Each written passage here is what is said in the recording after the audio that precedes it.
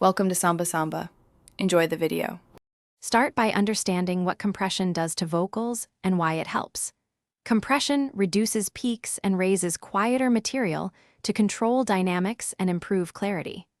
Open Logic Pro X and insert the compressor plugin on the vocal channel strip. Choose a vocal-friendly mode and set threshold around -6 dB to engage processing on louder syllables. Set ratio to 3:1 for moderate control and use a tack of 10 milliseconds to let transients through.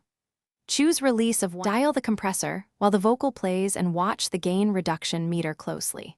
Target around 3 to 6 dB of reduction on louder passages for a natural result. Engage the sidechain high pass around 120 Hz to avoid low frequency pumping from proximity or breath. If you need more presence, try parallel compression by sending to a bus, compressing heavily, then blending the bus about 50%. Use the listen mode or solo the sidechain to hear what the detector hears during adjustment. For advanced control, decide whether to compress before or after equalization based on your goal. Compress before EQ when you want even dynamics to feed tonal shaping. Compress after EQ when you want EQ changes to be affected by the compressor behavior.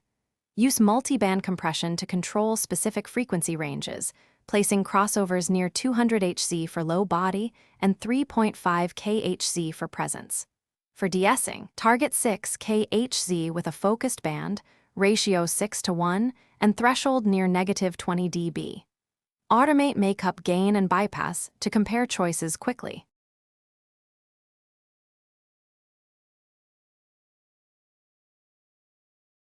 Thanks for watching. Consider subscribing if we helped you.